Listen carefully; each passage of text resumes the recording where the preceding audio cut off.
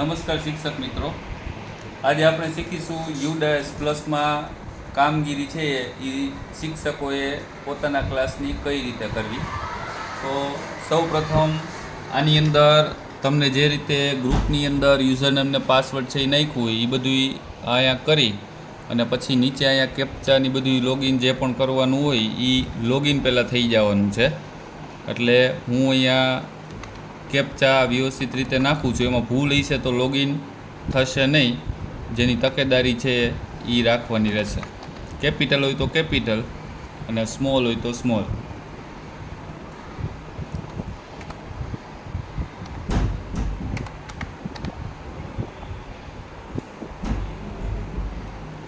ત્યારબાદ અહીંયા રેડ કલરનું જે છે 2025-26નું એની ઉપર ક્લિક કરવાનું છે. પછી આ ક્લોઝ કરી નાખવાનું છે. હવે અહીંયા ડેશબોર્ડ ઉપર જે સૌથી છે આ આડાવડું ક્યાંય હોય બરાબર, તો અહીંયા ડેશબોર્ડ ઉપર ક્લિક કરવાનું થશે એટલે અહીંયા જે તે ધોરણ આવી જશે. અત્યારે આપણે કામગીરી છે એ પહેલાં ધોરણની કરશું એટલે અહીંયા બાજુમાં જે એરો છે અહીંયા નીચે ક્લિક કરશું એટલે અહીંયા બાજુમાં વ્યૂ અને મેનેજ છે એની ઉપર ક્લિક કરવાનું છે. એની ઉપર ક્લિક કરશો એટલે અહીંયા બધા વિદ્યાર્થીઓના નામ જે પણ ઇમ્પોર્ટ થયેલા હશે ને એના બધાયના હશે. જે વિદ્યાર્થીનું ઇમ્પોર્ટ હજી સુધી થયું હોય નહીં એ નામ છે એ બતાવશે નહીં.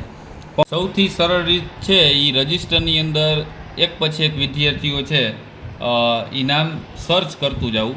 અહીંયા સૌ પ્રથમ રજિસ્ટરની અંદર પહેલો વિદ્યાર્થી છે એ જીવાણી શ્વેતા રવિકુમાર છે, તો અહીંયા શ્વેતા છે એ સર્ચ કરવાનું એટલે આ જીવાણી શ્વેતા છે એ અહીંયા આવી જશે એટલે ગોતવું ન પડે.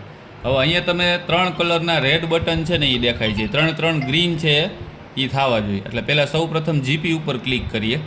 હવે આમાં કઈ માહિતી નાખવું બરાબર એ પૂછવું ન હોય તો સિમ્પલ અહીંયા જો અહીંયા બ્લડ ગ્રુપ એક છે એ બધા રજિસ્ટરની અંદર પાછળ આપણે લખેલા છે, ન હોય તો કાંઈ વાંધો નહીં, તો અહીંયા નીચે અંદર ઇન્વેસ્ટિગેશન લખવાનું અને જે બાકીનું જે બ્લડ ગ્રુપ હોય તો એ લખી નાખવાનું. પછી સેવ બટન ઉપર ક્લિક કરશો તમે બરાબર, એટલે એ જો કમ્પ્લીટ ડેટા હશે તો આ સક્સેસફુલી આ રીતે આવી જશે. પછી ક્લોઝ કરી અને અહીંયા નેક્સ્ટ છે એ તમારે દબાવવાનું છે એટલે વળી પાછું બીજું ઓપ્શન છે એ ખુલી જશે.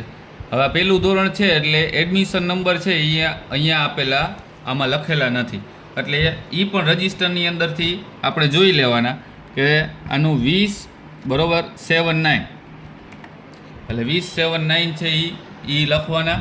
પછી એડમિશનની તારીખ છે બરાબર એ આપણે 22/6 પ્રવેશ તારીખ હોય એ 22/6/2024 છે એ આપેલી છે. રોલ નંબર છે એનો 1 છે એટલે રોલ નંબર 1 નાખશું આપણે બરાબર. બાકીની તમામ જે પણ માહિતી છે એ તમે જોશો. જો આરટીમાં હોય તો અહીંયા યસ કરવાનું, ન હોય તો ન કરવાનું. એટલે આરટીમાં જે છે એ દરેક ક્લાસ ટીચરને ખબર જ હશે. અને અહીંયા ટકાની કાંઈ જે છે જૂનું હોય તો એ લખી નાખવાનું, બાકી તમારી અનુકૂળતા એ લખી નાખો. ફરી પાછું સેવ કરશો એટલે સક્સેસફુલી આવી જશે અને વળી પાછું નેક્સ્ટ દઈ દેવાનું.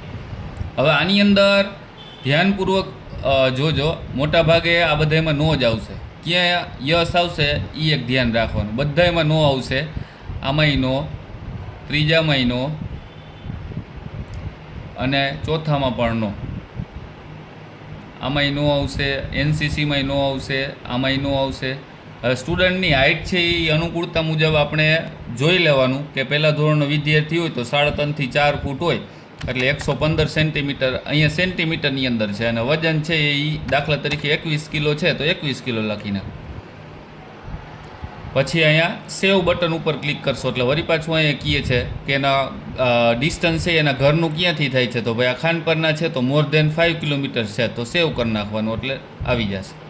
છેલ્લે પાછું આવું ખુલશે કે ભાઈ આ માહિતી છે એ સાચી છે, નીચે કમ્પ્લીટ ડેટા ઓકે કરશો એટલે આ એક વિદ્યાર્થીનું કમ્પ્લીટ થઈ ગયું. હવે અહીંયા નેક્સ્ટ કરશો એટલે બીજો વિદ્યાર્થી આવી જશે, પણ એનો કરવા કરતાં વળી પાછું જેમ આપણે અગાઉ જોયું એમ કે અહીંયા વ્યૂમાં જ જઈ અને વિદ્યાર્થી જે બીજા નંબરનું હોય બરાબર. અહીંયા આપણે શ્વેતાનું એકવાર ચેક કરી લઈએ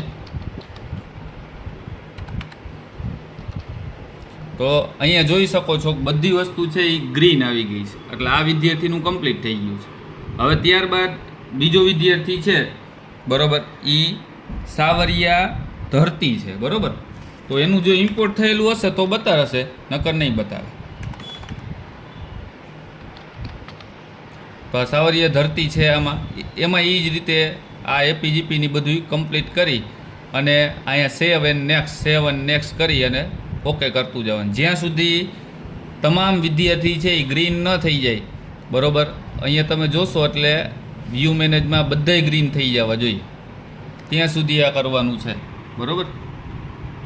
આ બધા રેડ છે તો એ બધે બાકી છે, ગ્રીન જે થઈ ગયા છે એ કમ્પ્લીટ થઈ ગયા છે, એટલે આ બધાય ગ્રીન છે એ થઈ જવા જોઈએ.